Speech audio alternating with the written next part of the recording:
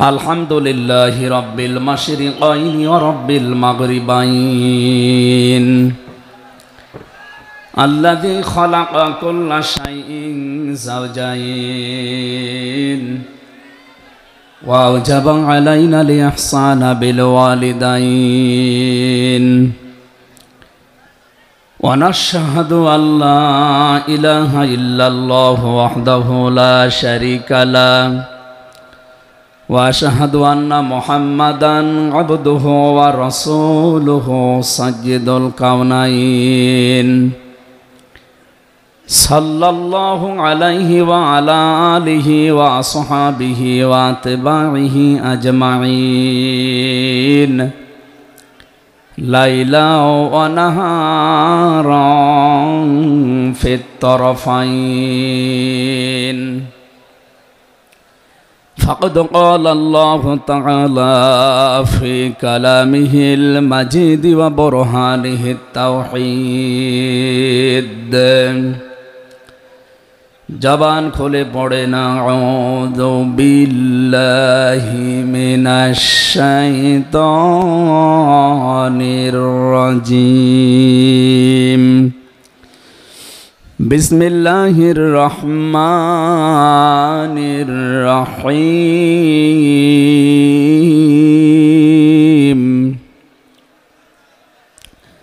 মুহাম্মাদুর রাসূলুল্লাহ والذين معه أشداء على الكفار رحماء بينهم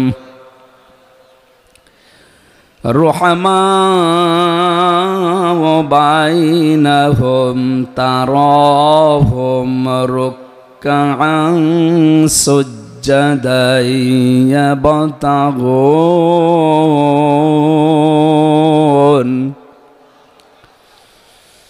يبتغون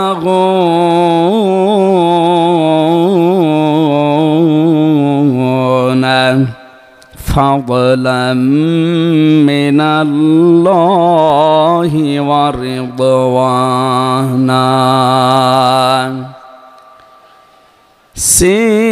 سيماهم في وجوههم من أثر السجود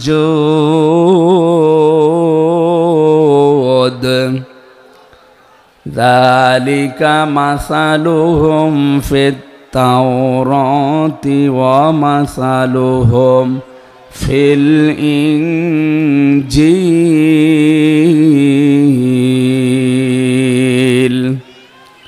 صدقت يا ربنا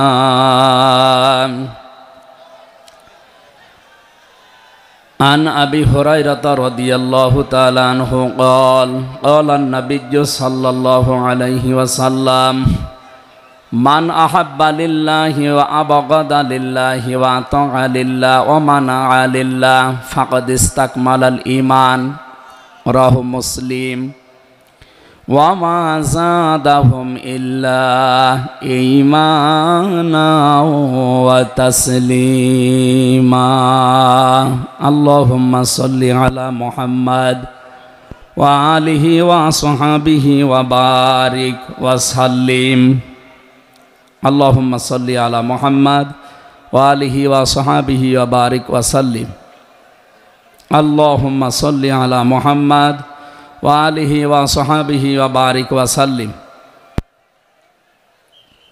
আলহামদুলিল্লাহ বাংলাদেশের ঐতিহ্যবাহী জেলা যশোর 8 দিন সকিনা মেডিকেল কলেজ প্রাঙ্গণে পোলের হাট যশোর 3 দিন ব্যাপী ঐতিহাসিক তাফসিরুল কোরআন মাহফিলের দ্বিতীয় রজনীর স্বনামধন্য সভাপতি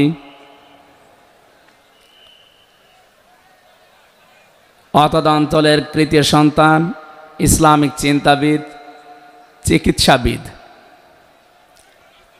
মরহুম শেখ আকিজউদ্দিন তার বড় সন্তান আলহাজ ডাক্তার শেখ মহিউদ্দিন আতালাল্লাহু উমরাহু ওয়া বারাকাল্লাহু ফি হায়াতি, বলেন আমিন। এ মাহফিলে এতক্ষণ যিনি কথা বললেন ইসলামিক চিন্তাবিদ, মুফাসসিরে কোরআন ছোট ভাই মাওলানা রফিকুল ইসলাম মাদানী দামাত বারকাতুহুমুল আলিয়া। আগামীকাল যিনি আসবেন বিশ্বনন্দিত মুফাসসিরে কোরআন, ইসলামিক চিন্তাবিদ, বাংলাদেশের কৃতি সন্তান ডক্টর মিজানুর রহমান আজহারি দামাত বারকাতুহুমুল আলিয়া। আগামীকাল আসবেন আলেমদের মাথার তাজ, ইসলামিক চিন্তাবিদ, মুফাসসিরে কোরআন জনাব শায়েখ আহমদুল্লাহ। আতালাল্লাহু উমরাহু ওয়া বারাকাল্লাহু ফি হায়াতি, সকলে বলেন আমিন। গতকাল এখানে যিনি আলোচনা রেখেছেন শাইখুল হাদিস ইবনে শাইখুল হাদিস, আমার কারাগারের সাথী, ইসলামিক চিন্তাবিদ, শিক্ষাবিদ, মুফাসসিরে কোরআন আল্লামা মামুনুল হক হাফিজাহুল্লাহ। গতকাল আলোচনা রেখেছেন শ্রদ্ধাভাজন বড় ভাই মুফাসসিরে কোরআন আব্দুল হাই মোহাম্মদ সাইফুল্লাহ। আতালাল্লাহু উমরাহু ওয়া বারাকাল্লাহু ফি হায়াতি, সকলে বলেন আমিন। মঞ্চের ডানে বামে যারা আছেন সম্মানিত ব্যক্তিবর্গ, সামনে বসা মুসলমান ভাইরা, পর্দার আড়ালের সম্মানিতা মা এবং বোনেরা, প্রশাসনের ভাইরা, প্রাণ প্রিয় যশোরবাসী, আমি প্রথমে দোয়া করছি মহান রব্বুল ইজ্জাত আল জালালের দরবারে মরহুম শেখ আকিজউদ্দিন, তার একজন সন্তান এ দুনিয়া থেকে বিদায় নিয়েছে। এ মাহফিল যিনি এককভাবে বাস্তবায়ন করতেন খুলনা বেজের ডাঙ্গার ময়দানে, উনি কয়েক বছর আমাদের ভেতরে নেই। আলহাজ শেখ মমিন উদ্দিন, আল্লাহ রাব্বুল আলামিন তার কবরটাকে যেন জান্নাতুল ফেরদাউস বানিয়ে দেন, বলেন আমিন। দল মত জাতি বর্ণ ধর্ম নির্বিশেষে কোরআনে কারিম শোনার জন্য যারা এই ময়দানে ছুটে এসেছি রাতের বেলা, আমরা যে খুশি প্রকাশ করার জন্য বলছি আলহামদুলিল্লাহ।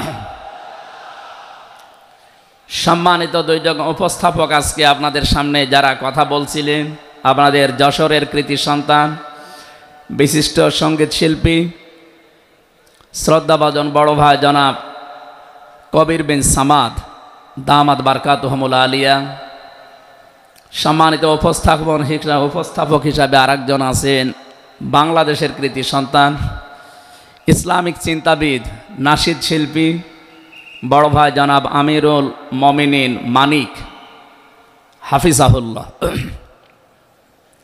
যে আল্লাহ আমাদেরকে কণ্ঠ ছেড়ে দিয়েছেন কথা বলার জন্যে, 15.5 বছর মনে হচ্ছিল যে আমাদের বুকের ওপর একটা পাথর চাপা দেওয়া আছে। পাথরটা আল্লাহ নিজের কুদরতি ভাবেই সরিয়ে দিয়েছেন। যে আল্লাহ আমাদেরকে এখন এই যে কথা বলার মতো সুযোগ দিয়েছেন, বলেন আলহামদুলিল্লাহ। পৃথিবীতে মানুষ যা পেয়েছে সব কিছুর তুলনায় আল্লাহর কাছে কোরআনে কারিম শ্রেষ্ঠ সম্পদ। আজকের এই ময়দানে সম্পর্ক শুধু কোরআনে কারিমের সাথে, নয়তো আমরা এই হাজার লক্ষ মানুষেরা এ রাতের বেলা প্রচণ্ড শীত অপেক্ষা করে আসতাম না। শুধুমাত্র শেখ মহিউদ্দিন সাহেব ডাক দিলে আমরা আসতাম, বিষয়টা এমন না। এখানে সম্পর্ক এই সৌন্দর্যের সাথে কোরআনের। এই জন্য যারা স্বেচ্ছাসেবকের দায়িত্বে আছেন আমি তাদেরকেও ওয়েলকাম জানাচ্ছি, ধন্যবাদ জানাচ্ছি। তাদের এই কষ্ট, তাদের এই শ্রম আল্লাহ রাব্বুল আলামিন যেন জান্নাতে যাওয়ার পাতিহ বানিয়ে দেন, বলেন আমিন। কোরআনে কারিমে রব্বুল আলামিন বলেন, কুল বিফাদলিল্লাহি ওয়া বিরহমাতিহি ফাবিযালিকা ফালিয়াফরাহু হুয়া খায়রুম মিম্মা ইয়াজমাউন, বলেন আল্লাহু আকবার। আল্লাহ পাক বলেন, নবী আপনি বলুন, তাম পৃথিবী যা পেয়ে আনন্দে আছে, যা গেইন করে, যা অ্যাচিভ করে, যা অর্জন করে, আমি আল্লাহর কাছে কোরআনে কারিম শ্রেষ্ঠ সম্পদ। সুতরাং কোরআন যারা পেয়েছে তারা যেন আনন্দ করে। আজকে খুলনা বিভাগের মানুষগুলো, খুলনা বিভাগ সহ বাংলার অন্যান্য বিভাগ থেকেও মানুষেরা আজকে এসেছে কোরআনে কারিম সত্যি যারা শোনার জন্যে, বোঝার জন্যে এসেছি। এটা পুরা এখন ইবাদত চলছে। আমরা খুশি দুনিয়ার সব কিছুর তুলনায় আজকে, বলেন আলহামদুলিল্লাহ। প্রাণপ্রিয় শ্রোতা মণ্ডলী, কোরআনের শ্রোতা যারা আমরা এখানে বসে আছি, এর আগে যারা দুনিয়ায় কোরআনে কারিম শুনেছে, কিয়ামত পর্যন্ত যারা শুনবে, কোরআনে কারিম এই শ্রোতাকে 3 ভাগে বিভক্ত করে দিয়েছে। এখানে ওই 3 প্রকার মানুষ আছে, কিয়ামত পর্যন্ত তারা থাকবে। প্রথম নাম্বার, এই কোরআনে কারিম শোনার পরে যারা বাধা দিয়েছিল এই দুনিয়ায়, আল্লাহর কোরআন তাদেরকে ঘোষণা দিয়েছে তারা কাফির। এ বাংলাদেশে আমরা এই 54 বছরে নামধারী মুসলমান, কিন্তু অনেক কাফেরের আচরণ দেখতে পেয়েছি। সূরা হামিম সাজদার 26 নম্বর আয়াতে আল্লাহ তাদের পরিচয় দিয়েছেন, وَقَالَ الَّذِينَ كَفَرُوا لَا تَسْمَعُوا لِهَذَا الْقُرْآنِ وَالْغَوْا فِيهِ لَعَلَّكُمْ تَغْلِبُونَ। আল্লাহ পাক বলেন, কাফেরেরা সিদ্ধান্ত নিয়েছিল সব চলতে দেওয়া যাবে, মুহাম্মদের কোরআনে কারিম এটা চলতে দেওয়া যাবে না। কারণ তারা বুঝেছিল এটা 1500 বছর আগে নাসিল হওয়া। ভালোভাবে আবু জেহেল টের পেয়েছিল, বুঝেছিল এ কোরআনে কারিম মুহাম্মদুর রাসূলুল্লাহ যেটা বোঝাতে চায়, এটা যদি সত্যি জনগণ বুঝতে পারে আর মেনে নেয়, আমি যে অবৈধ চেয়ারে বসে আছি এই চেয়ার থাকবে না। যুগে যুগে যারা কোরআন বাধা দিয়েছে তারা এইটাই টের পেয়েছে। তারা খুব ভালোভাবে জানে কোরআন যারা প্রচার করে, সত্যিই কোরআনের এই কথাগুলো যদি সাধারণ মানুষেরা, জনগণ বুঝে ফেলে, আমরা যে শয়তানি করি, আমরা যে অবৈধভাবে টিকে আছি, এইটা থাকবে না। এই জন্যে বাস্তবতা হচ্ছে কোরআন শুনলে বাধা দেবে এরা 1 নাম্বারে কাফের। আমরা জানি কাফের মারা গেলে জানাজা হয় না, হয়? বলেন বলেন। কাফেরের জন্য দোয়া করাও জায়েজ নেই। আল্লাহ রাব্বুল আলামিন বলেন, মা কানা লিন-নাবিয়্যি ওয়াল্লাযীনা আমানু আইয়াস্তাগফিরু লিল মুশরিকিন ওয়ালাউ কানু উলি কুরবা মিন বা'দি মা তাবায়্যানা লাহুম আন্নাহুম আসহাবুল জাহিম। সূরা তাওবা 113 নম্বর আয়াতে আল্লাহ জানিয়েছেন, হযরত ইব্রাহিম আলাইহিস সালাম সম্পর্কে যদি আয়াতটা নাযিল হওয়া, তাম দুনিয়ার মানুষকে উদ্দেশ্য করা এই আয়াত দিয়ে, হে নবী, কোন নবীর জন্যে, কোন ইমানদারের জন্যে এটা জায়েজ না, শোভনীয় না, উচিত না যে কোনো মুশরিক মারা গেলে তার জন্য আল্লাহর কাছে সে ক্ষমা চাবে, ইস্তিগফার করবে। ওয়ালাউ কানু লি কুরবা, আল্লাহ পাক বলেন যদিও এটা নিজের নিকট আত্মীয় হয়, মা তাবায়্যানা লাহুম আন্নাহুম আসহাবুল জাহিম, যার প্রতি এটা প্রমাণ হয়ে গেছে যে লোকটা জাহান্নামে যাবে, যার কাজকর্ম, যার ঈমান আমল আকীদা দেখে টের পাওয়া যায়, এই রকম মানুষের জন্য কোনো ঈমানদার না কোনো নবীর জন্যও দোয়া করা, ইস্তিগফার করা জায়েজ নেই। বলেন নাউযুবিল্লাহ। একজন নবীকে যদি আল্লাহ এই কথা বলতে পারেন, আমি আয়াতের ব্যাখ্যায় পড়েছি, মুহাম্মদুর রাসূলুল্লাহ সাল্লাল্লাহু আলাইহি ওয়াসাল্লামের নিজের আপন চাচা আবু তালিব, এই লোকটা যখন মারা যাচ্ছিল, বিশ্ব নবী নিজে তার কাছে গিয়ে বললেন, ইয়া আম্মি আবি তালিব, কুল লা ইলাহা ইল্লাল্লাহ হাজ্জুল লাকা ইনদাল্লাহি ইয়াউমাল কিয়ামাহ। বুখারী শরীফের হাদিস। ডাক দিয়ে বললেন, হে চাচা, জোরে বলা লাগবে না, আওয়াজগুলো শুধু আমার কানের কাছে মুখটা নিয়ে আস্তে করে আপনি বলেন, লা ইলাহা ইল্লাল্লাহ, জোরে লা ইলাহা ইল্লাল্লাহ, লা ইলাহা ইল্লাল্লাহ,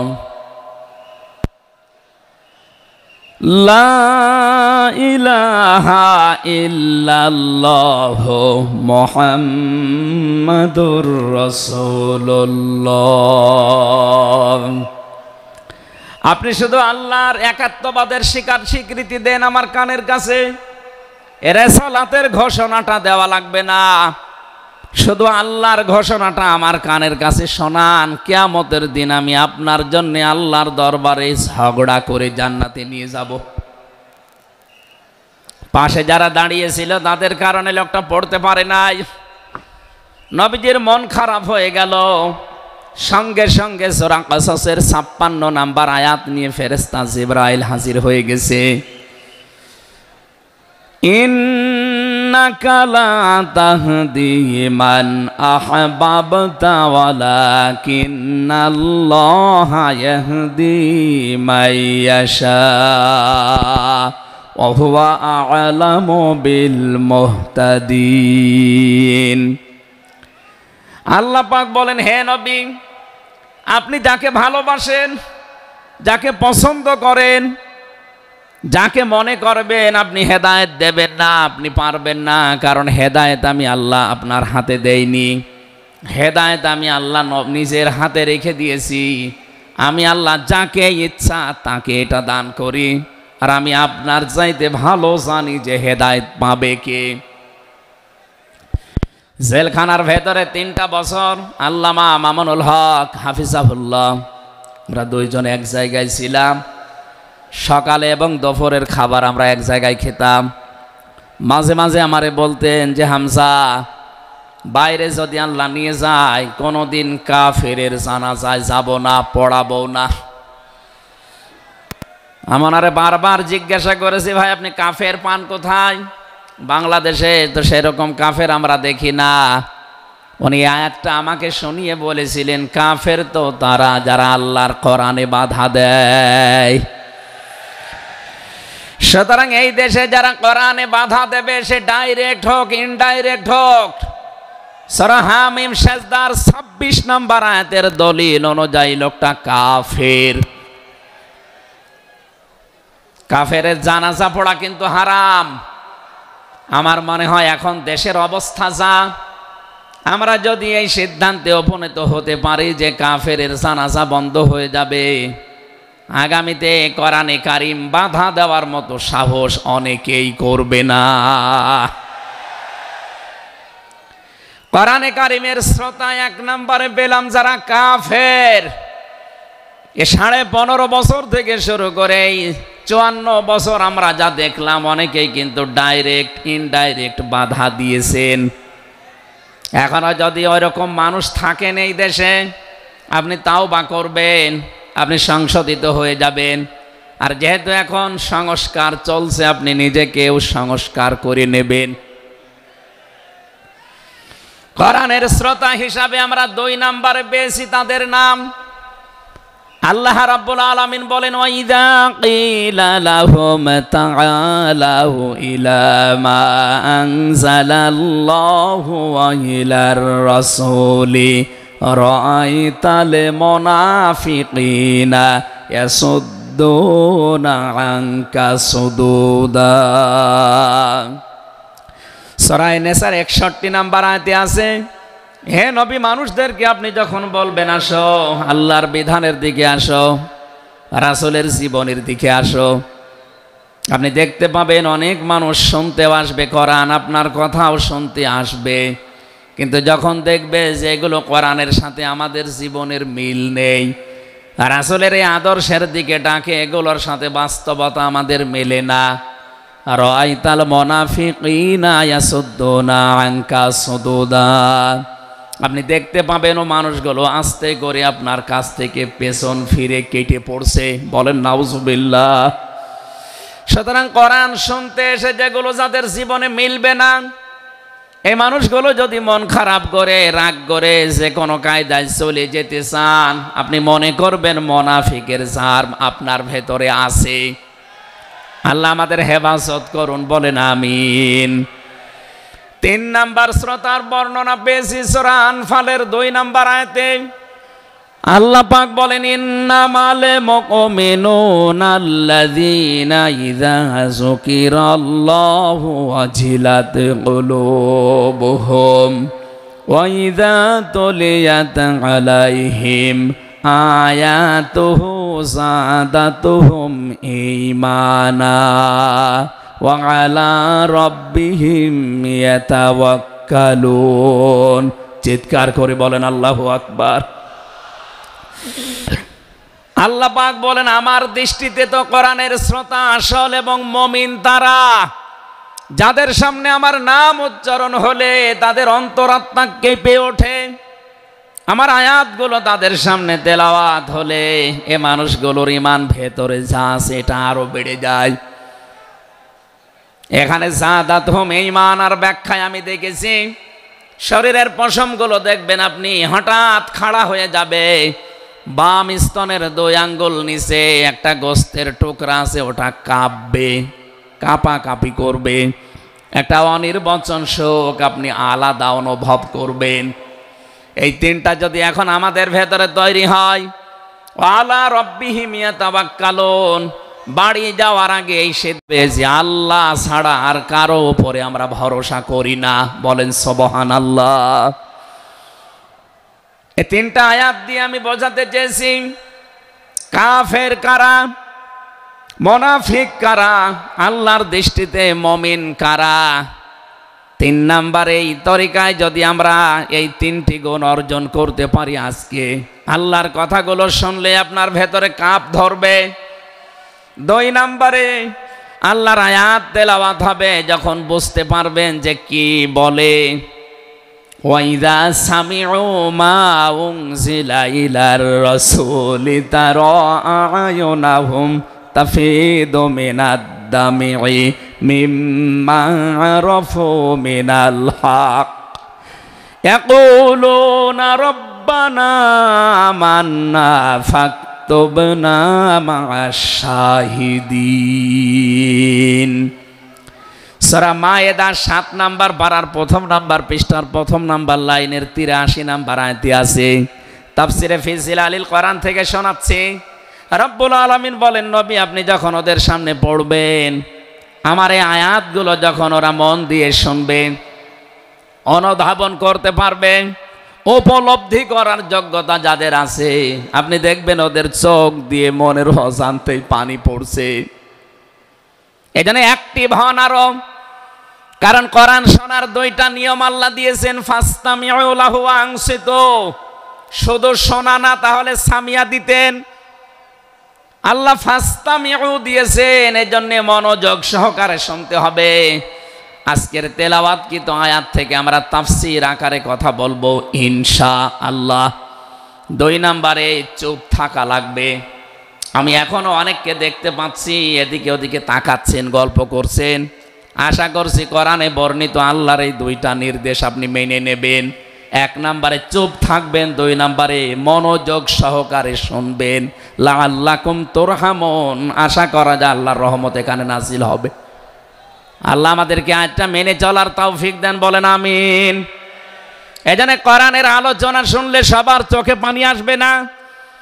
যারা এটা উপলব্ধি করতে পারবে, অনুধাবন করতে পারবে, আপনি দেখবেন তাদের মনের অজান্তেই কখন যেন চোখ দিয়ে পানি গড়িয়ে পড়ছে, তারা নিজেরাও টের পাবে না। আল্লাহ যেন এই 3 নাম্বার এই প্রকার শ্রোতা হিসাবে আমাদের কবুল করেন, বলেন আমিন। দরুদ আর সালাম পাঠ করছি আমাদের নবী মুহাম্মদুর রাসূলুল্লাহ সাল্লাল্লাহু আলাইহি ওয়াসাল্লামের প্রতি, যার প্রতি কোরআনে কারীম আল্লাহ নাযিল করেছেন। সেই কোরআনকে যদি আপনি জিজ্ঞাসা করেন, হে কোরআন যার উপরে নাজিল হলে তার সম্পর্কে তোমার ভেতরে কোনো কিছু আছে, কোনো পরিচয়? আল্লাহ রাব্বুল আলামিনের কোরআন আমাদেরকে শোনাচ্ছে, وَإِذْ قَالَ عِيسَى ابْنُ مَرْيَمَ إِنِّي رَسُولُ اللَّهِ إِلَيْكُمْ مُصَدِّقًا لِمَا بَيْنَ يَدَيَّ مِنَ التَّوْرَاةِ। আয়াতের শেষের দিকে আল্লাহ ইসমুহু আহমাদ এই শব্দ দিয়ে জানিয়েছেন, হযরত ঈসা আলাইহিস সালাম তিনি জানিয়ে গিয়েছেন এই পৃথিবীতে আমার পরে একজন নবী আসবে যার নাম হবে আহমাদ। আমাদের নবীর পরিচয়টা আল্লাহ কোরআনে কারীম যিনি নাজিল করলেন তার উপরে, তার ভেতরেই তার নামটা আল্লাহ সংরক্ষণ করে দিয়েছেন।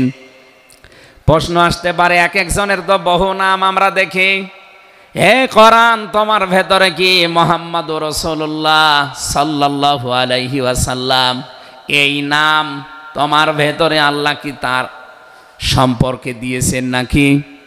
আমরা যে তেলাওয়াত করেছি সূরা ফাতিহা, এই সূরা থেকে যেহেতু আজকে আলোচনা করব, এই সূরার প্রথম আয়াতে আমার আল্লাহ আমার নবীর নামকে উল্লেখ করে জানিয়েছেন। এটা 29 নম্বর আয়াত, মুহাম্মাদুর রাসূলুল্লাহ। সূরা ফাতিহার 29 নম্বর আয়াতটা আমরা পড়েছি 4 ভাগের 1 ভাগ। এই আয়াত থেকে আমরা আজকের আলোচনার বিষয় সাজিয়েছি। আমার আজকের বিষয়বস্তু, আমরা মুহাম্মাদুর রাসূলুল্লাহর উম্মত হতে চাই। সত্যি যদি আল্লাহর দৃষ্টিতে বিশ্বনবী মুহাম্মাদুর রাসূলুল্লাহর উম্মত আমরা হতে চাই, মাস্ট বি তেলাওয়াতকৃত আয়াতের এই বর্ণিত গুণগুলো আমাদের এখন থেকেই অর্জন আরম্ভ করা লাগবে। আমি সহ যারা এসেছি অবশ্যই আল্লাহ এই গুণগুলো এখন থেকে যেন পালন করার তৌফিক আমাদেরকে দান করেন, আমিন। সূরার নাম সূরা ফাতিহা, ফাতাহ মানে বিজয়। এ সূরার প্রথম আয়াতের ভেতরে এই শব্দটা আছে, এখান থেকে নামকরণ করা হয়েছে। আল্লাহ রাব্বুল আলামিন বলেন, ইন্না ফাতাহনা লাকা ফাতহাম মুবিনা। অবশ্যই হে নবী আমি আপনাকে একটা সুস্পষ্ট বিজয়ের সুসংবাদ দিচ্ছি। এই বিজয়ের ঘটনা তো ঐতিহাসিকভাবে ইবনে কাসিরের ভেতর থেকে আমি শিক্ষার জন্য এবার বলছি। এদিকে খুব অ্যাক্টিভ হয়ে থাকবেন। এই সূরা ফাতিহার 18 নম্বর আয়াত, আমার যতটুকু পড়াশোনা আছে, আমার যতটুকু লেখাপড়ার স্টাডি আছে, এই আয়াতটা এখন বাংলাদেশে সবচাইতে বেশি প্রয়োজন। সূরা ফাতিহা 18 নম্বর আয়াত। যে যেখানে আছেন, দাঁড়িয়ে আছেন, বসে আছেন, শুয়ে আছেন, কান এবার খাড়া করে দেন। হুদায়বিয়ার সন্ধির যে ঘটনা আমরা শুনেছি এতদিন পর্যন্ত, শুধু শুনেছি অনেকে, কিন্তু এখান থেকে শিক্ষাটা আজ অনেকে নেয়নি। বাংলাদেশের এখন যে অবস্থা, এই শিক্ষা নেওয়ার সময় এখনই। নবীজি 1400 মানুষ নিয়ে এসেছিলেন সাহাবায়ে কেরাম নিয়ে হজ করার জন্যে। হুদায়বিয়া নামক যে জায়গাটা এখন কূপ আছে, এখানে এই জায়গায় নবীজি আশ্রয় নিলে আস্তানা গাড়লেন, তাবু গাড়লেন। কাফেরদের পক্ষ থেকে এখানে প্রতিবন্ধকতা সৃষ্টি করা হয়েছে যে না, আপনাদেরকে আমরা আর যেতে দেব না। বিশ্বনবী তাদেরকে প্রস্তাব দিলেন যে আমরা কিচ্ছু নিয়ে আসিনি সাথে করে, শুধু হজ করেই চলে যাব।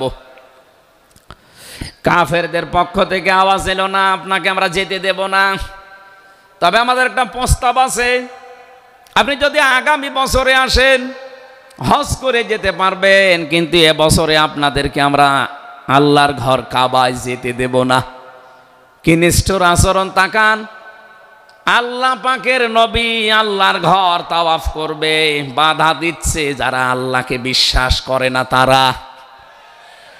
এ বাংলাদেশে 50টা বছর কোরআনে কারীম প্রচার করেছে যারা কোরআনের পাখি, শহীদ আল্লামা দেলাওয়ার হোসাইন সাইদি রহমতুল্লাহ আলাইহি, তার নামে মামলা দেওয়া হয়, কেস দেওয়া হয়, তিনি নাকি ধর্মীয় অনুভূতিতে আঘাত দিয়েছে। আমার তো মনে হয় ১৫০০ বছর আগে নবীজিকে যারা বাধা দিয়েছিল আল্লাহর ঘর কাবায় হজ করতে দেবে না, ১৫০০ বছর পরে যেন তাদের প্রেতাত্মারাই ফিরে এসেছে। আল্লাহর নবী বললেন ঠিক আছে, ওসমানকে পাঠালাম। হযরত ওসমান ইবনে আফফান রাদিয়াল্লাহু তাআলা আনহু তিনি গেলেন। হযরত ওসমানকে তারা আটক করার পরে ঘোষণা দিয়ে দিল কতিলা ওসমান ইবনে আফফান, ওসমানকে হত্যা করা হয়েছে। এ সংবাদ যখন নবীজির কাছে এসেছে, যশোরবাসী খুব খেয়াল করেন, এখানে হযরতে ওসমানকে তারা হত্যা করার ঘোষণা দিয়ে মিথ্যা একটা সংবাদ পাঠিয়ে দিয়েছে নবীজির কাছে। নবীজি সাহাবায়ে কেরামকে বললেন, যারা ইহরামের কাপড় পরে এসেছিলে সব এখন খুলে ফেলো। সাহাবায়ে কেরাম বলেন, হে রাসূল, ইহরামের কাপড় খুললে হজ? বলে হজ আগামী বছর। বাংলার মুসলমানেরা, আমি কেন বলছি আয়াতটা ২-১ মিনিট পরে আপনি টের পাবেন। দ্বিতীয় নম্বর, নবীজি বললেন আজকে রমজান মাস, এটা এ রমজান মাসের এখন আর আধা ঘন্টা ১ ঘন্টার সময় আছে মাত্র ইফতারি করার, এখনই ভেঙে ফেলো, ইফতারি করে ফেলো। দরকার আগামীতে রোজা আবার রমজানের সিয়াম আবার করে দেওয়া যাবে। যে দুইটা সিদ্ধান্ত নিলেন দুইটাই ফরজ, একটা রোজা একটা হজ। নবীজি কিন্তু জানতেন ইহরামের কাপড় খুলে ফেললে হজ ভেঙে যাবে, আর একটু পরেই তো ইফতারি করলে রোজাটা হয়ে যায়। বিশ্ব নবী বলেন না এক্ষুনি রোজা ভেঙে ফেলো। আবার বলছে কান খাড়া করেন, আমি কিন্তু ২ মিনিটের ভেতরে জায়গায় যাব। এত বড় দুইটা বড় বড় ফরজ বিধান নবীজি লঙ্ঘন করছেন, কারণটা কি? কারণ একটাই, ওরা একজন নিরপরাধ মানুষকে আটক করে হত্যার ঘোষণা দিয়েছে। আপনি বাংলাদেশকে ১৫.৫ বছরের সাথে ওই ঘটনাটা মিলান। একটা নিরপরাধ মানুষ, মাত্র একজন, তাকে আটক করে হত্যার ঘোষণা দেওয়ার কারণে যদি নবী মুহাম্মদ রাসূলুল্লাহ হজ ছেড়ে দিতে পারেন, রোজা ছেড়ে দিতে পারেন, তিনি ওই বাবলা গাছের নিচে হাত দিলেন। সাহাবায়ে কেরামকে বললেন, আমার হাতের উপরে সবাই হাত লাগাও, আমি আজকে তোমাদেরকে বায়াত গ্রহণ করাবো, শপথ নেব তোমাদের কাছে। ১৩৯৯ জন নবীর সাথে আছে, আর হযরত ওসমানকে যেহেতু তারা আটক করেছে, এই ১৩৯৯ জন সবাই নবীজির হাতের উপরে একটার পরে হাত দিতে আছে। বিশ্বনবী ডাক দিয়ে বলেন, সাহাবীরা, জিবরাইল এই মাত্র সূরা ফাতিহা এই সূরার ১৮ নম্বর আয়াতটা আমাকে তেলাওয়াত করে শুনিয়ে গেল। জিবরাইল এসেছিল, তোমরা কেউ দেখতে পাওনি। জিবরাইল আয়াতটা শুনিয়েছে, লাকাদ রাদিয়াল্লাহু আনিল মুমিনিনা ইয ইউবাইউনাকা তাহতাশ শাজারাতি ফাআলিমা মা ফি কুলুবিহিম ফানজালাস সাকিনাতা আলাইহিম ওয়া আসাবাহুম ফাতহান করিবা। খুব খেয়াল করেন, সেই সময় পর্যন্ত আমি চলে এসেছি। নবীজি নিজের বাম হাতটা সাহাবায়ে কেরামদের উপরে রেখে বললেন, সাহাবীরা, আজকের এই বায়াতের উপরে, শপথের উপরে আল্লাহ পাক নিজেই জানিয়েছেন যে তিনি রাজি হয়ে গেছেন। আয়াতটা শুরু করার আগে আল্লাহ দুইটা তাকিদ দিয়েছেন, লাম এবং কদ। লাকাদ রাদিয়াল্লাহু আনিল মুমিনিন, আল্লাহ পাক বলেন আমি নিজে মুমিনদের উপরে অবশ্যই অবশ্যই রাজি হয়ে গেছি। রাজি হব না, হয়ে গেছি। তাহতা শাজারাতি, এই গাছের নিচে আপনার হাতের উপরে যারা হাত দিয়ে আজকে শপথ বাক্য পাঠ করছে যে ওসমান হত্যার বদলা না নিয়ে কেউ মদিনায় ফেরত যাবে না, আমি আল্লাহ তাদের মনের খবর যেহেতু জানি, ফালিমা মাফি কুলুবিহিম, তারা যে শপথ নিচ্ছে এটা কিন্তু লোক দেখানোর জন্য না, এটা মন থেকেই। ফানসালাস সাকিনাতা আলাইহিম, তাদের উপরে আমি আল্লাহর প্রশান্তি নাসিল হয়ে গেছে অলরেডি। ওয়াসাবাহুম ফাতাহান করিবা, তাদেরকে আমি আসন্ন একটা বিজয়ের সুসংবাদ দিচ্ছি। সুতরাং এই বায়াতের রিদওয়ানের উপরে যেহেতু সবাই হাত দিয়েছে, ওসমানের হাতটা এখানে নেই, হে নবী আপনার বাম হাতটা উপরে তুলে ধরেন, এইটাই আমি ওসমানের হাত হিসাবে মেনে নিলাম। তার মানে 1400 মানুষের ওপরে আমি আল্লাহ অলরেডি রাজি হয়ে গেছি। আমার মুসলমান ভাইরা, এবার আমি খেয়াল করার জন্য আর একবার বলছি, এইটা বলার জন্য আমি এতক্ষণ ঘুরছিলাম। একটা নিরপরাধ মানুষকে ওরা মিথ্যা তথ্য ছড়িয়েছে যে আটক করা হয়েছে, মেরে ফেলা হয়েছে, হত্যা করা হয়েছে। নবীজি একজন মানুষের জীবনের বদলা নেওয়ার জন্য 1400 মানুষকে তিনি বায়াত করাচ্ছেন, শপথ বাক্য পাঠ করাচ্ছেন। একটু খেয়াল করেন তো, একজন মানুষের জীবনের জন্য জীবন দিতে প্রস্তুত 1399 জন, আর নবী সহ। এমন বাক্য তিনি পাঠ করিয়েছেন, এমন শপথ নিয়েছেন যে আল্লাহ অলরেডি রাজি হয়ে আয়াত নাজিল করছেন।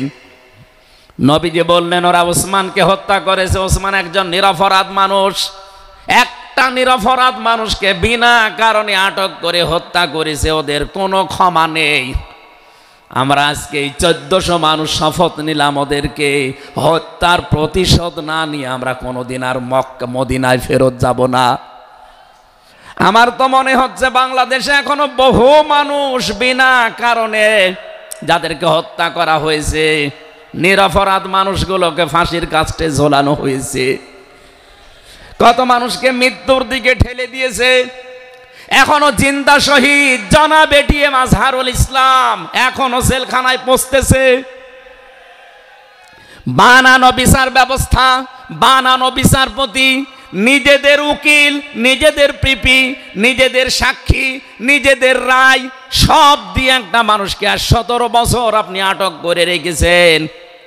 আমার তো মনে হয় এখন সময়ের দাবি, সূরা ফাতিহা থেকে যেহেতু তাফসীর শুনছেন, আজ এই বাংলার 18 কোটি জনগণের ওপরে যদি আল্লাহ পাক খুশি হতে চান, এই নিরপরাধ মানুষগুলোকে জেলখানা থেকে মুক্ত করা লাগবে।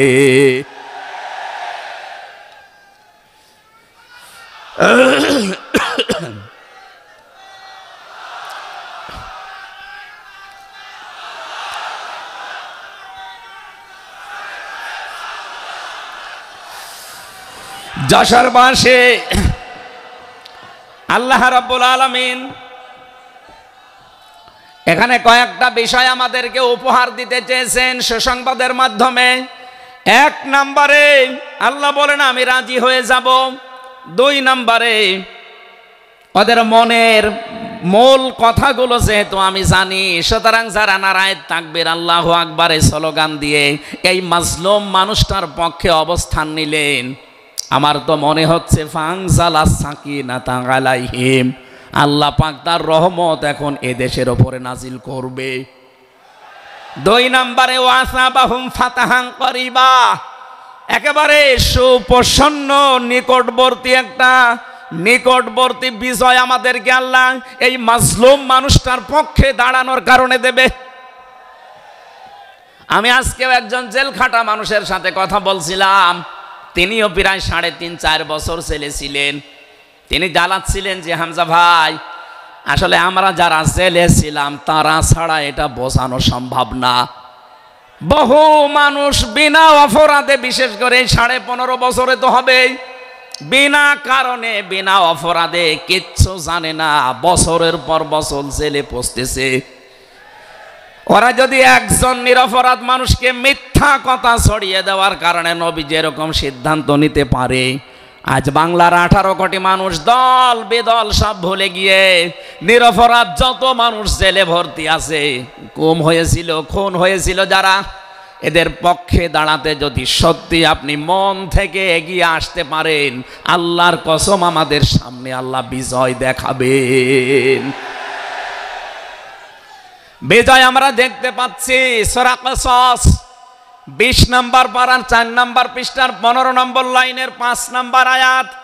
বাড়িতে যে আয়াতটার তাফসীর দেখবেন, আল্লাহ রাব্বুল আলামিন বলেন, নুরিদু আন্নামুন্না আলাল্লাযীনা ইসতাদঈফু ফিল আরদ ওয়া নাজআলাহুম আইম্মাতাও ওয়া নাজআলাহুমুল ওয়ারিসিন। আমি আল্লাহ একটা ইচ্ছা করলাম, হাজার হাজার বছর আগে হে নবী, এই পৃথিবীর ময়দানে ফেরাউন নামে একটা লোক ছিল।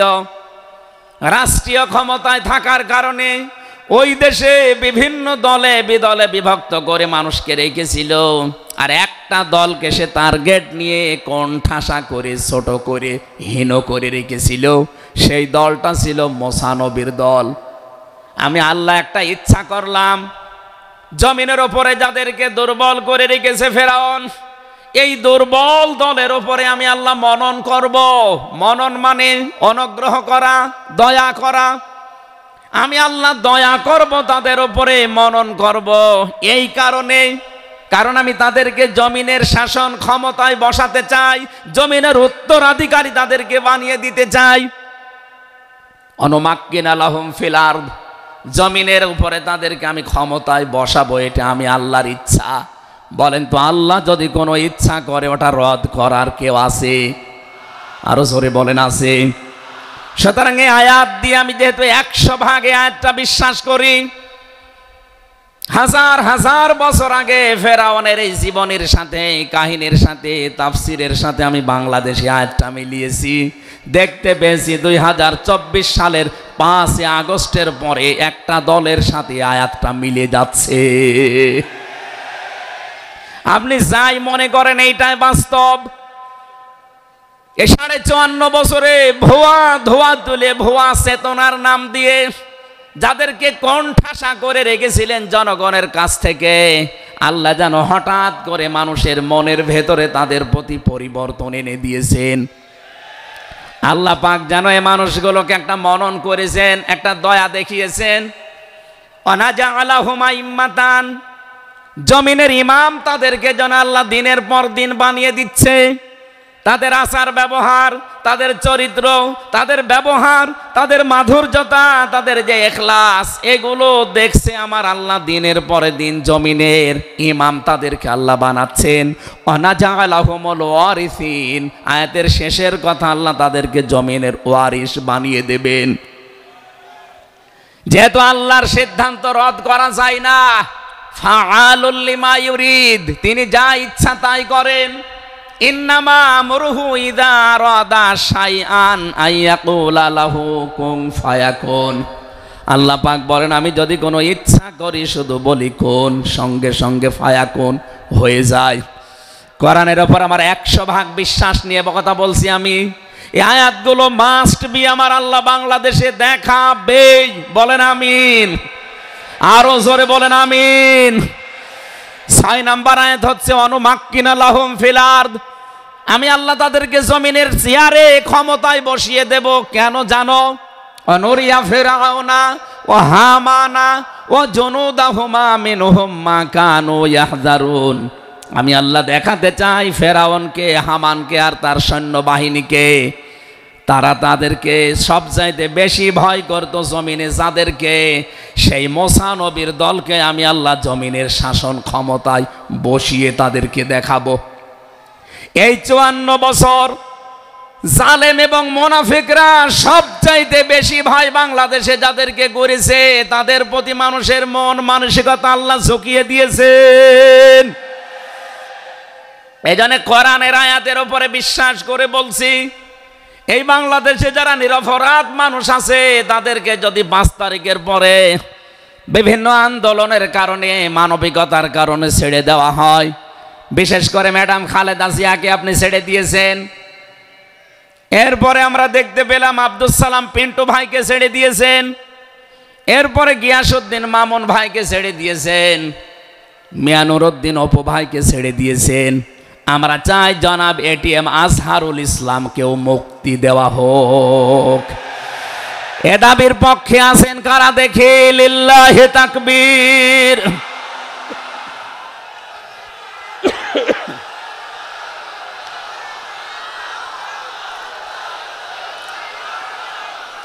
আলহামদুলিল্লাহ। ভাই আমি আয়াতটা পড়লাম এই জন্যে, ১৫০০ বছর আগে একটা নিরপরাধ মানুষের পক্ষে দাঁড়ানোর কারণে যদি আল্লাহ এতগুলো সুসংবাদ দিতে পারে, সাকিনা নাজিল করা, সুপ্রসন্ন একেবারে নিকটবর্তী বিজয় দেওয়া, আমরা যদি আজ নিরপরাধ মানুষগুলো যারা আজ জুলুমের শিকার হয়ে 15.5 বছর 17 বছর মানবেতর জীবনযাপন করছে, আমি তো 3 বছর তার ভুক্তভোগী। 3টা বছর আমাদেরকে ফাঁসির কন্ডেম সেলের ভেতরে 24 ঘন্টা লকআপ দিয়ে রাখতেন। কি করেছিলাম আমরা?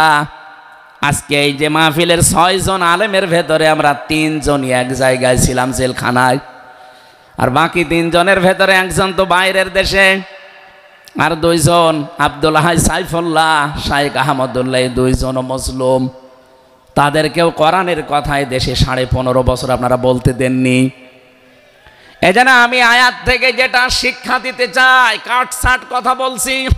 বাংলাদেশে যদি আল্লাহর সাকিনা প্রশান্তি মনে এবং বাইরে আপনি দেখতে চান, সুপ্রসন্ন বিজয় যদি দেখতে চান, অবশ্যই আপনাকে নিরপরাধ যারা এখনো পর্যন্ত বিভিন্ন জায়গায় মাজলুম হয়ে আছে তাদের পক্ষ নেওয়া লাগবে। এক কথা বলুন। আল্লাহ আজকে আমাদের জীবনে 100 ভাগ মেনে চলার তৌফিক দেন, বলেন আমিন। এই সূরা ফাতিহা থেকে আমরা পড়েছি 29 নম্বর আয়াত। আমাদের আলোচনার বিষয় মুহাম্মদুর রাসূলুল্লাহর উম্মত কারা। রব্বুল আলামিন বলেন মুহাম্মদুর রাসূলুল্লাহ, মুহাম্মদ সাল্লাল্লাহু আলাইহি সাল্লাম আল্লাহর রাসূল। হে নবী, দুনিয়ার কেউ যদি আপনার রেসালাত স্বীকার না করে, কেউ যদি সাক্ষী না দেয়, আমি আল্লাহ নিজে সাক্ষী দিয়ে দিলাম আপনি আমার রসুল।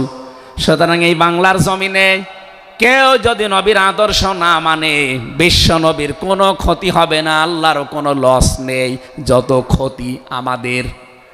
কথা বলে না কেন? কোরআনের চোখ লাগিয়ে দেখতে পাচ্ছি এদেশে হাজারো মানুষ জাহান্নামে দৌড়াচ্ছে। কারণ নবী মুহাম্মদুর রাসূলুল্লাহ বাদ দিয়ে পৃথিবীতে যদি অন্য কাউকে কিয়ামত পর্যন্ত কেউ আদর্শ মেনে চলে, কোরআনের কসম দিয়ে বলছি মাস্ট বি লোকটা জাহান্নামী। এজন্য এরকম আচরণে যারা আছেন, বুঝে হোক না বুঝে হোক, আল্লাহ রাব্বুল আলামিনের পরিচয় দেওয়ার আগে আমার আল্লাহ রাসূলের পরিচয় আমাদের কাছে দিয়েছেন। রাব্বুল আলামিন বলেন কুল হুয়াল্লাহু আহাদ আল্লাহুস সামাদ লাম ইয়ালিদ ওয়া লাম ইউলাদ ওয়া লাম ইয়াকুল লাহু কুফুয়ান আহাদ। এখানে আল্লাহর একাত্মবাদের শিক্ষা দেওয়া হচ্ছে। আল্লাহ পাক বলেন হে নবী আপনি বলুন, অথচ শোনানো হচ্ছে যার কথা, তার কথা তো আগে বলার দরকার ছিল। এখানে আগে রেসালাতের ঘোষণাটা দেওয়া হয়েছে, কুল হে নবী আপনি বলুন। বাংলার মুসলমানেরা, ফেরাউনের জীবনী পড়ে আমি দেখেছি সে কিন্তু আল্লাহর একাত্মবাদের ঘোষণা দিয়েছিল, কিন্তু রেসালাতের ঘোষণা দেয়নি, এজন্য লোকটা ঈমান পায়নি। বাংলাদেশে বহু মানুষকে আমরা দেখতে পাচ্ছি আল্লাহর কথা বললেও বলেন আমরা কি নামাজ পড়ি না, রোজা রাখি না, আমি কি হজ করি না, দান সাদকা করি না, এগুলো সব আল্লাহর বিধান। এগুলোর পাশাপাশি আল্লাহর প্রেরিত পুরুষ যিনি আমাদের এই জামানায়, আল্লাহর প্রেরিত পুরুষ যিনি কিয়ামত পর্যন্ত, তার নাম মুহাম্মাদুর রাসূলুল্লাহ। জ্ঞানী মানুষ যারা বসে আছেন এক কথায় তারা বুঝবেন আমি জানি। আজ বিশ্ব নবীর আদর্শ বাদ দিয়ে আপনি কার আদর্শ মানেন আপনার বিবেকের কাছে প্রশ্ন করেন। এটা রাজনীতি মনে করে কেউ যদি চলে যান আপনার কপালে আগুন লাগবে। আপনারও মরণ হবে ফেরাউনের মতো। ও আল্লাহকে মেনেছিল কিন্তু রেসালাত মানে নাই। এদেশে আজ অনেকেই আল্লাহর কথা বললে নামাজ পড়ে, রোজা রাখে, হজ করে আসে, দান সাদকা করে। আরে ভাই, এগুলো সবই আল্লাহর বিধান। আপনি আল্লাহকে মানেন, কিন্তু তার প্রেরিত পুরুষ এই জামানায় যিনি কিয়ামত পর্যন্ত, তার নাম মুহাম্মাদুর। আবার জোরে বলেন মুহাম্মাদুর রাসূলুল্লাহ। এতক্ষণ পর্যন্ত যা বললাম আমি আশা করছি আপনি বুঝেছেন। বিশ্ব নবী বাদ দিয়ে অন্য কারো আদর্শ এ জমিনে মানা যাবে না। মানলে আপনি বুঝে মানেন, আর না বুঝে মানেন আপনি জাহান্নামী। এখন যদি মুসা আলাইহিস সালাম আসে দুনিয়ায়, যদি ঈসা নবী এখন আসে, আর আমরা কেউ যদি আল্লাহর নবী মুহাম্মদুর রাসূলুল্লাহকে বাদ দিয়ে ঈসা নবী, মুসা নবীকেও মেনে চলি, নিছক আপনি জাহান্নামী। এটা রেকর্ড হচ্ছে, সারা দুনিয়ায় যাবে। সূরা আলে ইমরানের ৮০ নম্বর আয়াত। অন্য ধর্মে যারা আছেন, ইহুদি খ্রিস্টান করেন, এমনকি এই মুশরিকদের ভেতরেও যারা, বৌদ্ধদের ভেতরে যারা অমুসলিম, তাদেরকে বলছি আপনারা ভুল পথে আছেন। আপনারা যাদেরকে নবী নাম বলে চলেন, যিশু বলেন ঈসা আলাইহিস সালামকে, মুসা আলাইহিস সালামকে আপনারা যোসেফ বলে ডাকেন। আপনাদের ওই সমস্ত নবীগুলো তাওরাতে, ইনজিলে অলরেডি ঘোষণা দিয়েই গেছে যে আমাদের পরে একজন শেষ নবী আসবে, তার নাম মুহাম্মাদুর রাসূলুল্লাহ বা আহমদ। তাকে যদি তোমরা জীবদ্দশায় পেয়ে যাও, পৃথিবীর সব কিছু ছেড়ে দিয়ে তার আদর্শটা গ্রহণ করবা, নয়তো পথভ্রান্ত হয়ে, পথভ্রষ্ট হয়ে জাহান্নামে যাওয়া লাগবে। যাকে মেনে চলার দাবি করেন সেই যিশু, সেই যোসেফ, হযরত ঈসা নবী, হযরত মুসা নবী, তারাই যেহেতু ঘোষণা তাওরাতে, ইনজিলে দিয়ে দিয়েছে, হয়তো আপনাদের পুরোহিত যারা, ধর্মগুরু যারা, ঠাকুর যারা আপনাদেরকে শোনায় না। এই সত্য বিধান আপনি ইনজিলে পড়েন। আমার শেষের শব্দ ছিল ফিত তাওরাতি ওয়াল ইনজিল। এই দুইটা কিতাব আপনারা পড়ে দেখবেন, এখানে আমাদের নবী, শেষ নবীর বর্ণনা আছে ৯০৩ জায়গায়। বলেন আল্লাহু আকবার। আল্লাহ পাক প্রথম শব্দে জানাতে চেয়েছেন, হে নবী, কেউ যদি আপনাকে স্বীকার না করে, কেউ না মানে, আমি আল্লাহ নিজে ঘোষণা দিলাম, ওয়াল্লাযীনা মাআহু আশিদ্দাউ আলাল কুফফার।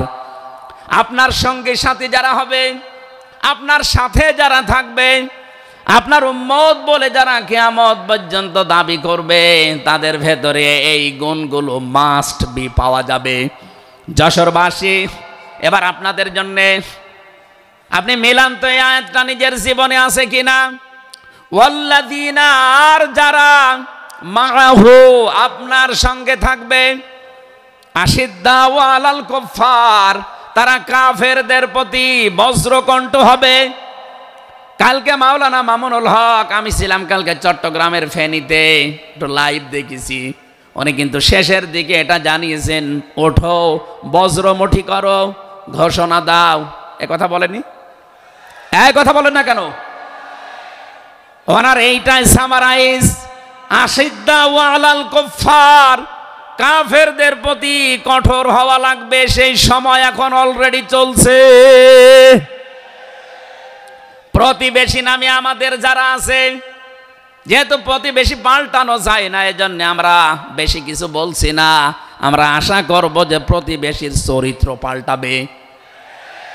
নবীজি প্রতিবেশী সম্পর্কে এত বেশি কথা জানিয়েছেন, মাঝে মাঝে বলতেন, জিবরাইল, প্রতিবেশী সম্পর্কে যত কথা তুমি বলো, মনে হয় যে আমার জমি জায়গার ভাগও দেওয়া লাগবে। যেহেতু এত দামি জিনিস প্রতিবেশী, এত গুরুত্বপূর্ণ, আপনাদেরকে তো আমরা আর পাল্টাতে পারবো না, আমাদের জমির সাথে আপনাদের জমি। এই জন্যে বলছে আপনারা চরিত্র পাল্টাবেন। আপনি মাইক্রোসফট, ভয়েস অফ আমেরিকা, এগুলো সব খ্রিস্টানরা, ইহুদিরা চালায়। তারা আজ তামাম দুনিয়ার ২৫৭টা রাষ্ট্রে কিন্তু অলরেডি জানিয়ে দিয়েছে, বিশ্বে সবচাইতে বেশি মিথ্যা কথা বলা হয় ভারতে। পৃথিবীর ২৫৭টা রাষ্ট্রের ভেতরে সবচাইতে বেশি সংখ্যালঘুরা নিরাপত্তার সহিত বাস করে বাংলাদেশে, অথচ এই দুইটাই এতদিন, এই 54 বছর আমরা স্বাধীন হয়েছি, 54টা বছরে আমাদের পেছনে এই মিথ্যা দুইটা তথ্যই প্রতিবেশীরা ছড়িয়েছে। সারা দুনিয়ার মোড়লদেরকে বলতো যে বাংলাদেশে সংখ্যালঘু নির্যাতন হয়। এদেশের গোবিন্দ পরামানিক, কুমার কি সেন যেন কয়েকজন মিলে তারা বিবৃতি অলরেডি মাঝে মাঝাই দিচ্ছে যে আগস্টের 5 তারিখের পর থেকে বাংলাদেশে আমরা সবচাইতে বেশি নিরাপত্তায় আছি সংখ্যালঘুরা। এখনো তো কোরআনে কারিম এই দেশে কায়েম হয়নি। আমি কোরআনের এই অনুষ্ঠান থেকে আপনাদেরকে গ্যারান্টি দিতে পারি, আল্লাহর কসম, কোরআনে কারিম যদি এদেশের রাষ্ট্রীয় ক্ষমতায় চলে আসে, বাংলাদেশের সবচাইতে বেশি নিরাপদে থাকবে সংখ্যালঘুরা। একজন মুসলমানের মাথায় যদি কেউ আঘাত করে একটা গুনাহ হবে, একটা অমুসলিমের গায়ে যদি কেউ আঘাত করে ডবল গুনাহ হবে। বাংলার মুসলমানেরা অনেকে মনে করেন যে এটা মনে হয় নতুন হাদিস। না, আপনি একজন মুসলমানকে আপনি মারলেন, আপনার নিজের ভাই, সে আল মুসলিম ও আখুল মুসলিম, কিন্তু অমুসলিম আপনার ভাই, এ কথা কোরআনেও নেই, হাদিসেও নেই। কে কথা বলে না কেন? 3টা বিষয় যদি কারো ভেতরে পান, সে যেই হোক। 1 নম্বরে কেউ যদি আমার কেবলাকে কেবলা মনে করে, ফাহুয়া আখি, সে আমার ভাই। 2 নম্বরে আমার জবাই করা জিনিস যদি সে খেতে চায়, ফাহুয়া আখি, সে আমার ভাই। 3 নম্বরে সে যদি আমার মতো নামাজ পড়ে, সে আমার ভাই। সুতরাং এই 3টা বিষয় সামনে রেখে আমরা এই দেশে যারা আছি, মতের হয়তো মিল নেই, দলের হয়তো নামের মিল নেই, কিন্তু এই 3টা বিষয় যারা মানবেন, আমার মতো নামাজ পড়বেন, আমার কাবাকে কাবা মনে করবেন, আমার জবাইকে তো ব্যস্ত আপনিও খাবেন, এটা যেই হোক, এই দেশে আমরা সবাই তাকে ভাই ভাই ভাই মনে করি। কথা বলেন ঠিক কিনা?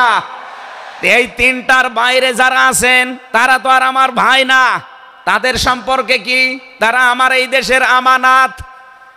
1 নম্বরে এই সংখ্যালঘু যারা আছে, হিন্দু হোক, খ্রিস্টান হোক, বৌদ্ধ হোক, মুশরিক হোক, যাই হোক, যারা আছে তাদের ওপর যদি আপনি অত্যাচার করেন, তাদের মন্দির ভাঙেন, তাদের দেবতাকে গালি দেন, তাদের মাথায় বাড়ি দেন, চাঁদাবাজি করেন, 1 নম্বরে জুলুমের গুনাহ হবে, 2 নম্বরে আমানতের খেয়ানতের গুনাহ হবে।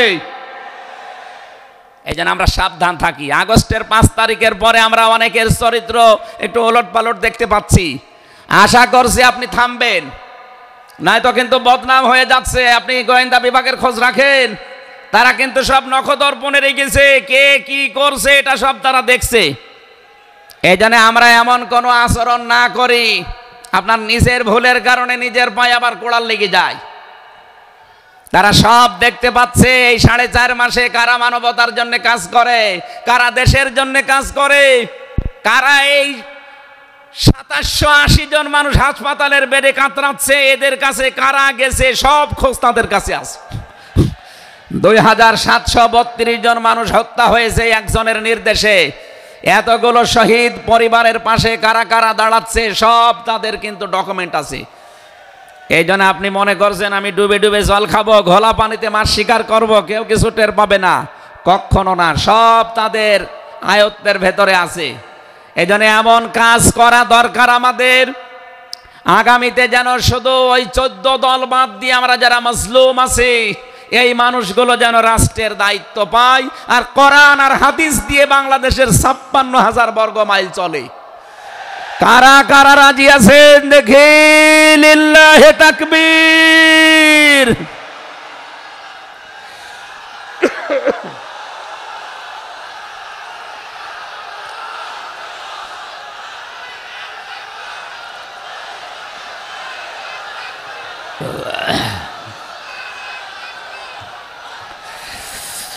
আমার ভাইরা, এবার আমি মূল কথায় যাচ্ছি। মুহাম্মদ রাসূলুল্লাহর উম্মত হতে হলে আমাদেরকে বজ্রমুষ্টি হওয়া লাগবে, ঐক্যবদ্ধ হওয়া লাগবে। যারা নবীর উম্মত, কাফের যারা, তাদের বিরুদ্ধে। আমি কাফেরের পরিচয় সে প্রথমে দিয়েছি। যে মানুষগুলো কোরআনে কারিমে বাধা দেয়, কোরআনের শিক্ষায়, কোরআনের প্রচারে, কোরআনের প্রসারে, কোরআন কায়েমে যারাই বাংলাদেশে বাধা দেবে তার নাম আব্দুল আলিম হতে পারে কি কাফের। এদের বিরুদ্ধে কঠোর হওয়া লাগবে আপনাকে।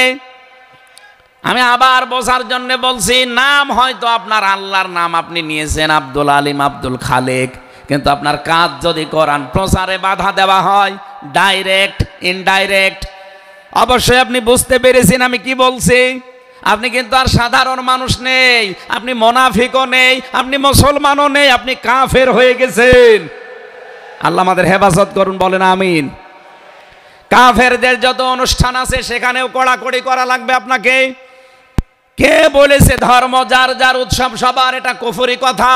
ধর্ম যার যার উৎসব তার তার। এই কথা বলেন, মান তাশাব্বাহা বিকওমিন ফাহুয়া মিনহুম। যার সাথে যার সাদৃশ্য মিলবে সে আচার ব্যবহারে, ধর্মীয় রীতিনীতিতে কিয়ামতের দিন তার সাথে থাকা লাগবে। কোনদিন আজ পর্যন্ত আপনি পিটিয়েও কোন হিন্দু ভাইকে গরু জবাই করেন যখন কোরবানি দেওয়ার জন্য, তাকে পাবেন। তারা জানে যে এটা আমাদের ধর্মীয় অনুষ্ঠান না, এই জন্য তারা আসে না, ঠিক করে তারা আসে না। আপনি কোন কারণে সেখানে যাবেন?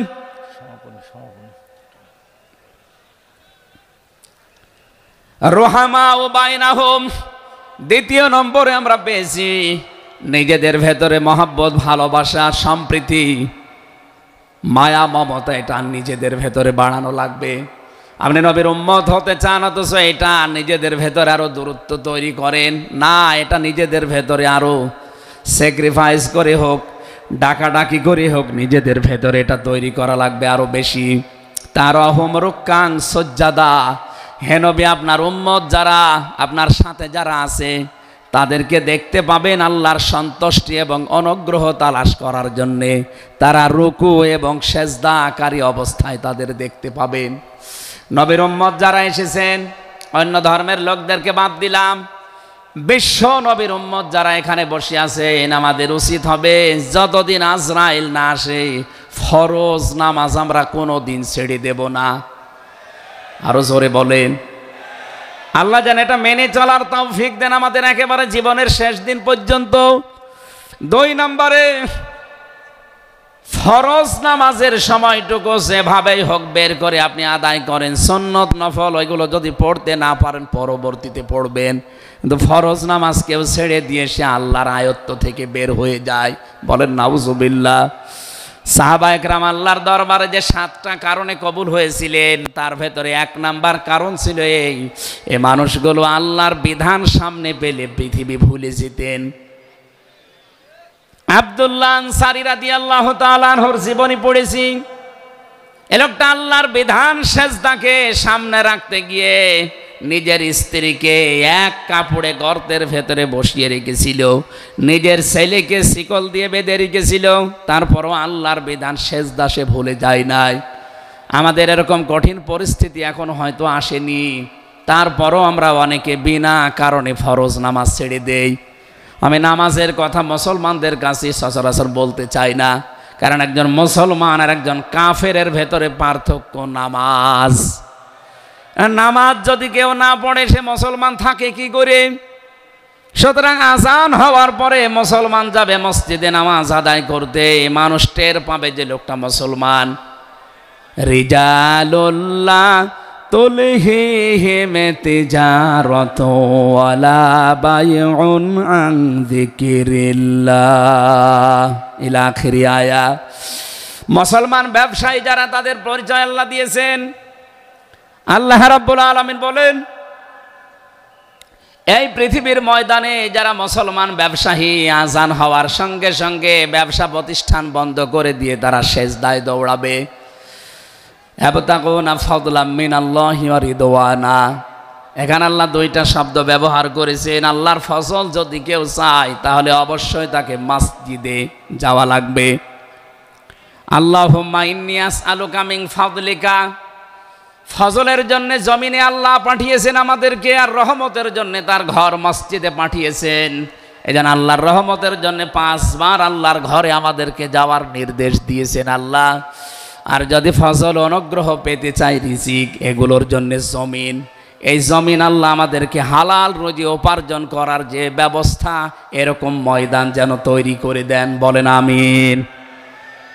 সীমাহুম ফি ফুজুহিহিম মিন আসারিস সুজুদ, আল্লাহ বলেন এদের এই চিহ্নগুলো, সেজদার চিহ্নগুলো এদের চেহারার বিভিন্ন জায়গায় ফুটে উঠবে।